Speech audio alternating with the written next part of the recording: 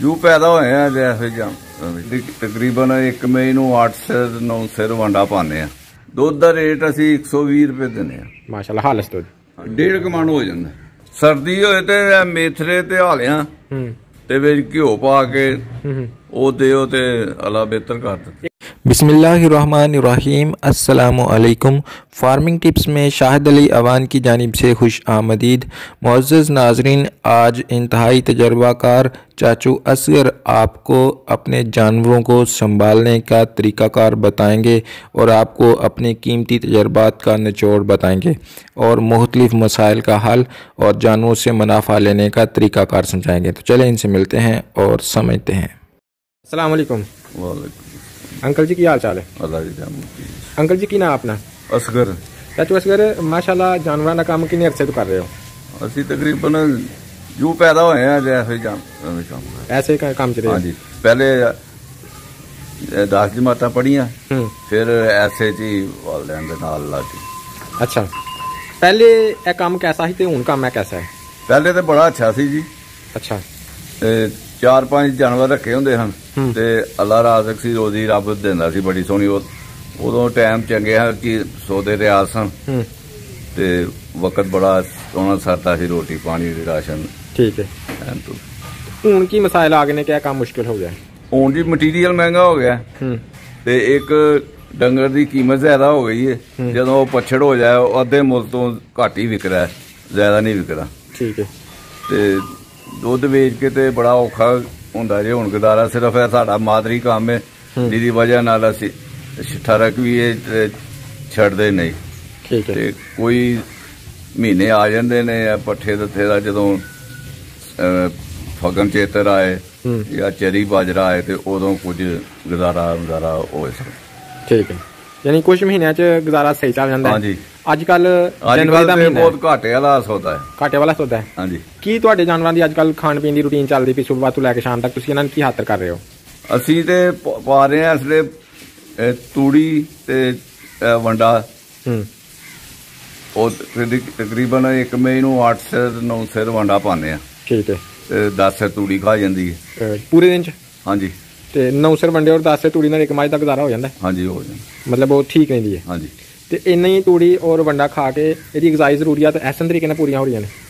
ਆਹੋ ਜੀ, ਇਹੋ ਹੀ ਤੁਹਾਡੇ ਕੋਲ ਐਸਲੇ ਤੇ ਕਿੰਨਾ ਖਰਚਾ ਆ ਜਾਂਦਾ ਐਸ ਪੱਠੇ 'ਚ ਜਿਹੜਾ ਤੁਸੀਂ ਅੱਜਕੱਲ ਦੇ ਰਹੇ ਹੋ? ਐਸਲੇ ਖਰਚਾ ਕੋਈ ਤਕਰੀਬਨ 700-800 ਰੁਪਇਆ ਮੱਝ ਦਾ ਆ ਜਾਂਦਾ। ਠੀਕ ਹੈ। ਸਹੀ ਰਾਸ਼ਨ ਨੂੰ ਪਾਇਆ ਜਾਏ 700-800 ਰੁਪਇਆ ਖਰਚਾ। ਯਾਨੀ ਤੁਹਾਡਾ 700 ਰੁਪਇਆ ਲੱਗ ਰਿਹਾ ਡੇਲੀ ਦਾ? ਹਾਂਜੀ।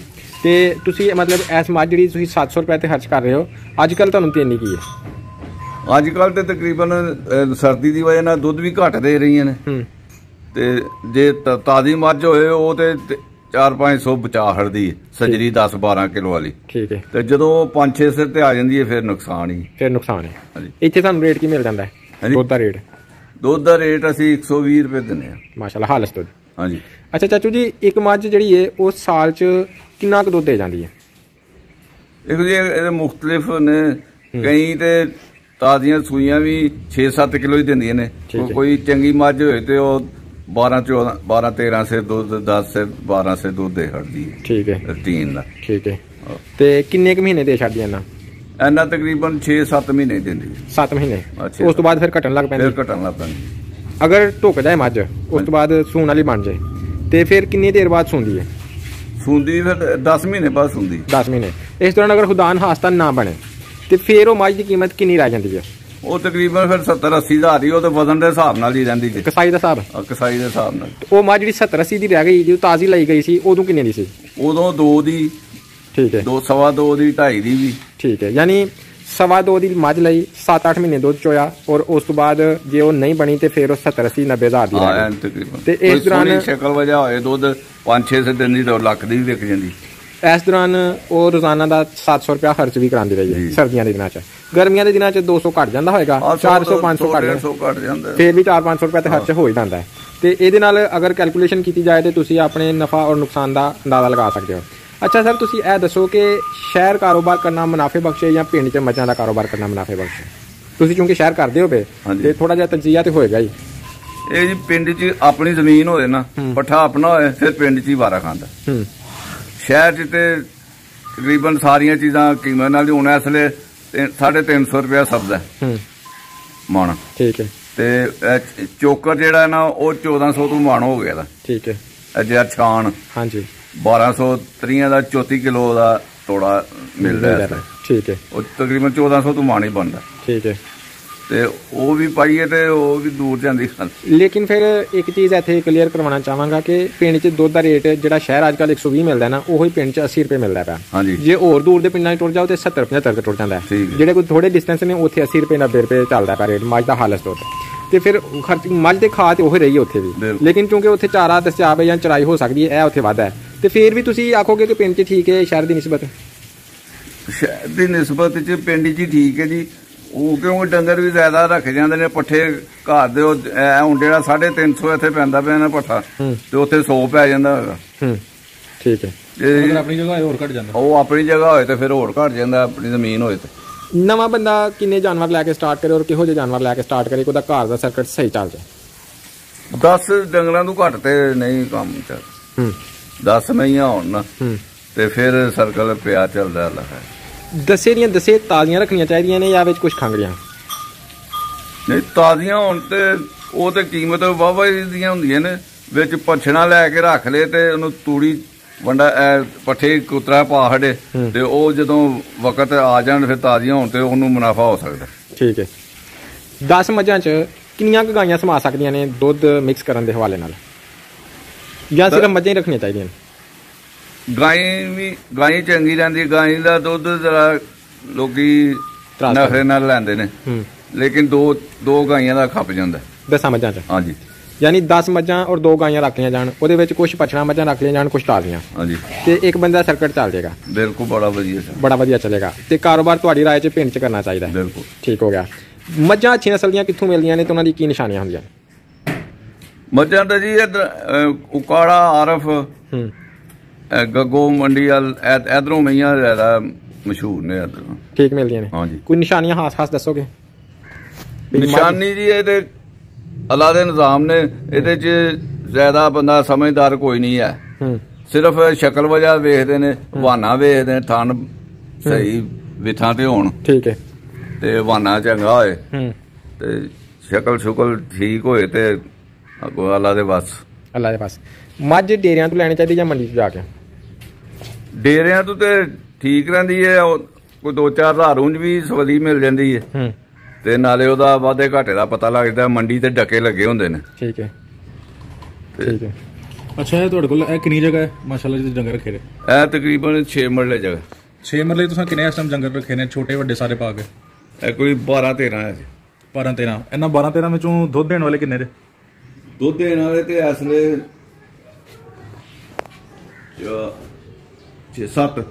7 ਤੁਹਾਡੇ ਲੈ ਰਹੀਆਂ ਮੱਝਾਂ ਨੇ?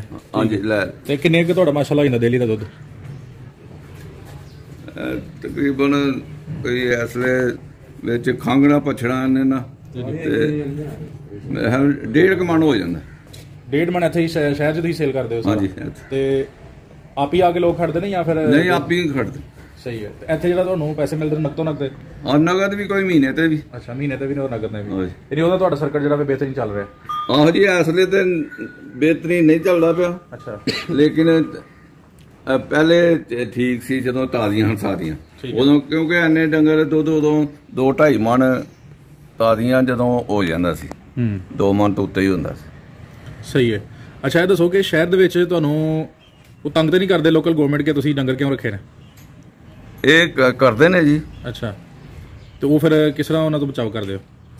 ਉਹ ਪਹਿਲੇ NGC ਉਹ ਆਉਂਦੇ ਹਨ ਤੇ ਫਿਰ ਉਹ MPN ਨੇ ਆਖਿਆ, ਪਹਿਲਾਂ ਉਹਨਾਂ ਨੇ ਨੋਟਿਸ ਦਿੱਤੇ ਹਨ ਸਾਨੂੰ ਸ਼ਹਿਰੋਂ ਬਾਹਰ ਨਿਕਲ ਜਾਓ। ਤੇ ਫਿਰ ਉਹਨਾਂ ਨਾਲ ਬੰਦੇ ਗਏ ਗੁਏ ਤੇ ਫਿਰ ਕੋਈ ਉਹਨਾਂ ਨੇ ਫਿਰ ਜਿਹੜੀ ਮਿਸਾਲ ਤੁਸੀਂ ਆਪਣੇ ਦੱਸੇ ਤੇ ਮੈਨੂੰ ਸਮਝ ਆ ਗਈ ਕਿ ਪੋਸੀਬਲ ਨਹੀਂ ਹੈ, ਸਾਡੇ ਕੋਲ ਜਗ੍ਹਾ ਨਹੀਂ ਹੈ। ਅੱਛਾ, ਹੁਣ ਤੁਸੀਂ ਦੱਸੋ ਕਿ ਮਾਸ਼ਾਅੱਲਾ ਤੁਸੀਂ ਬਹੁਤ ਸਾਫ਼ ਰੱਖਿਆ ਆਪਣਾ ਫਾਰਮ, ਛੋਟਾ ਜਿਹਾ, ਮੱਝਾਂ ਵੀ ਸਾਰੀਆਂ ਤੁਚੀਆਂ ਨੇ ਔਰ ਜਗ੍ਹਾ ਵੀ ਸਾਫ਼ ਰੱਖਦੇ ਹੋ। ਜਿੰਨੀ ਜਗ੍ਹਾ ਜ਼ਿਆਦਾ ਸਾਫ਼ ਰੱਖੀ ਜਾਏ ਉਹਨੇ ਬਿਮਾਰੀਆਂ ਘੱਟ ਲੱਗਦੀਆਂ ਨੇ। ਬਿਲਕੁਲ। ਇਸ ਦੇ ਇਲਾਵਾ ਵੀ ਕੋਈ ਬਿਮਾਰੀ ਲੱਗ ਜਾਂਦੀ ਹੈ? ਬਿਮਾਰ ਸਾਰੀ ਚੀਜ਼ ਦੀ ਆਖਰ ਬਿਮਾਰ ਵੀ ਹੋ ਸਕਦੀਆਂ ਨੇ, ਇਹ ਕੋਈ ਇਹਨਾਂ ਦੇ ਕਹਿ ਨਹੀਂ ਸਕਦਾ। ਸਹੀ ਹੈ। ਔਰ ਅਗਰ ਬਿਮਾਰੀ ਛੋਟੀ ਮੋਟੀ ਹੋਈ ਹੈ ਤਾਂ ਫਿਰ ਆਪ ਇਲਾਜ ਕਰ ਲੈਂਦੇ ਜਾਂ ਡਾਕਟਰ ਨੂੰ ਬੁਲਾਉਂਦੇ?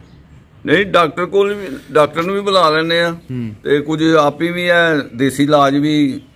ਦੇਸੀ ਕਿਹੜਾ ਕਰਦੇ ਭਲਾ?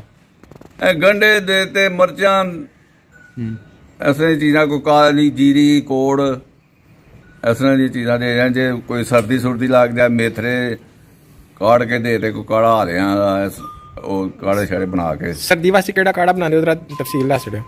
ਸਰਦੀ ਹੋਏ ਤੇ ਮੇਥਰੇ ਤੇ ਹਾਲਿਆਂ ਤੇ ਵਿੱਚ ਘਿਓ ਪਾ ਕੇ ਉਹ ਦਿਓ ਤੇ ਅਲਾ ਬਿਹਤਰ ਕਰ ਦਿੰਦੇ। ਇੱਕ ਜਾਨਵਰ ਨੂੰ ਕਿੰਨਾ ਕੁ ਪਾ ਕੇ ਦੇਣਾ ਚਾਹੀਦਾ ਔਰ ਕਿੰਨੀ ਦਫਾ ਦੇਣਾ ਚਾਹੀਦਾ? ਆਹ 3 ਦਿਨ ਤੇ ਦੇਣਾ ਚਾਹੀਦਾ। ਕੋਈ ਪਾ ਮੇਥਰੇ ਹੋਣ, ਕੋਈ ਪਾ ਹਾਲਿਆਂ ਹੋਏ, ਅੱਧਾ ਕਿਲੋ ਘਿਓ ਠੀਕ ਹੈ ਤੇ ਪਾ 1.5 ਪਾ ਮਿੱਠਾ ਪਾ ਲਓ, ਗੋੜੀ ਜਾਂ ਚੀਨੀ ਤੇ 3 ਦਿਨ ਦਾ ਉਹ ਕਾੜ ਕੇ ਦੁੱਧ 'ਚ ਕੀ ਪਾਣੀ 'ਚ? ਪਾਣੀ 'ਚ ਕਾੜ ਕੇ ਦੇ ਦਿਓ। ਦੁੱਧ ਹੋਏ ਤੇ ਦੁੱਧ ਪਾ ਲਓ, ਸਭ ਤੋਂ ਬਿਹਤਰ ਹੋ ਜਾਂਦਾ। ਠੀਕ ਹੈ। ਅਗਰ ਕੋਈ ਗੈਸ ਫਾਰਾ ਹੋਈਏ ਤੇ ਫੇਰ ਕੀ ਦੇਣਾ ਚਾਹੀਦਾ? ਗੈਸ ਹੋ ਜਾਏ ਤੇ ਤੇਲ ਤੇ ਦਿਓ ਤੇ ਸਰੋਂ ਦਾ ਜਾਂ ਲੱਸੀ, ਇਹ ਵੀ ਬਿਹਤਰ। ਸਰਦੀਆਂ 'ਚ ਵੀ? ਸਰਦੀਆਂ 'ਚ ਤੇ ਅੱਲਾ ਰਹਿਮਤ ਕਰੇ ਕੋਈ ਨਹੀਂ ਐਡਾ ਹੁੰਦਾ। ਗਰਮੀਆਂ 'ਚ ਹੁੰਦਾ? ਸਾਡੀ ਇੱਕ ਗਾਈ ਨੂੰ ਹੁੰਦਾ ਸੀ ਤੇ ਅਸੀਂ ਉਹਨੂੰ ਤੇਲ ਸਰੋਂ ਦਾ ਤੇ ਤਾਰਬੀਨ ਦਾ ਤੇਲ ਦਿੰਦੇ ਹਾਂ ਤੇ ਉਹਦੇ ਨਾਲ ਕਰਮ ਕਰੇ ਸਹੀ ਹੋ ਜਾਂਦਾ। ਉਹ ਕਿੰਨਾ ਪਾਉਂਦੇ ਸੋ? ਅਸੀਂ ਤਕਰੀਬਨ ਅੱਧ ਪਾ ਤਾਰਬੀਨ ਦਾ, ਅੱਧਾ ਕਿਲੋ ਸਰੋਂ ਦਾ ਜੀ। ਅੱਛਾ ਅੰਕਲ ਜੀ, ਤੁਹਾਡੇ ਪੱਕੀ ਜਗ੍ਹਾ ਤੇ ਮੱਝਾਂ ਥੱਕ ਜਾਂਦੀਆਂ ਨੇ, ਕੋਈ ਕੱਚੀ ਜਗ੍ਹਾ ਵੀ ਰੱਖੀ ਇਹਨਾਂ ਨੂੰ ਬੰਨਣ ਵਾਸਤੇ? ਕੱਚੀ ਜਗ੍ਹਾ ਤੇ ਉਹ ਬਾਹਰ ਹੈ ਜੀ ਤੇ ਉਹ ਕਿਸੇ ਲਈ ਬੰਨ ਲੈਣੇ ਅੱਜ ਕੱਲ ਤੇ ਚਿੱਕੜ ਹੋਇਆ ਨਹੀਂ ਬੰਦੇ, ਇੱਥੇ ਹੀ ਪੱਕੀ ਤੇ ਹੀ ਰਹਿੰਦੀਆਂ ਨੇ। ਸਹੀ ਹੈ। ਤੇ ਕੱਚੀ ਜਗ੍ਹਾ ਸਭ ਤੋਂ ਬਿਹਤਰ, ਬੜੀਆਂ ਖੁਸ਼ ਹੋ ਕੇ ਬਹਿੰਦੀਆਂ ਨੇ ਕੱਚੀ ਜਗ੍ਹਾ ਹੋਏ। ਤਿੰਨੇ ਚੀਜ਼ਾਂ ਮੇਰੇ ਖਿਆਲ 'ਚ ਜ਼ਰੂਰੀ ਐਲੀਮੈਂਟ ਨੇ, ਹਰਾ ਵੀ, ਤੂੜੀ ਵੀ ਤੇ ਵੰਡਾ ਵੀ। ਤਿੰਨਾਂ 'ਚੋਂ ਇੱਕ ਵੀ ਸ਼ਾਇਦ ਘਟਾਈਏ ਤੇ ਜਾਨਵਰ ਮੱਠਾ ਪੈ ਜਾਂਦਾ। ਤੂੜੀ ਬੜੀ ਜ਼ਰੂਰੀ ਚੀਜ਼ ਹੈ। ਤੂੜੀ ਨਾਲ ਬੜਾ ਪੱਕਾ ਪੱਠਾ ਜੀ। ਇਹਦੇ ਅੰਦਰ ਬੈਕਟੀਰੀਆ ਪੈਦਾ ਹੁੰਦਾ ਜਿਸਮ 'ਚ, ਉਹ ਜਿਸਮ 'ਚ ਬੈਕਟੀਰੀਆ ਜਿਹੜਾ ਨਾ ਹਾਜ਼ਮੇ 'ਚ ਮਦਦ ਦਿੰਦਾ।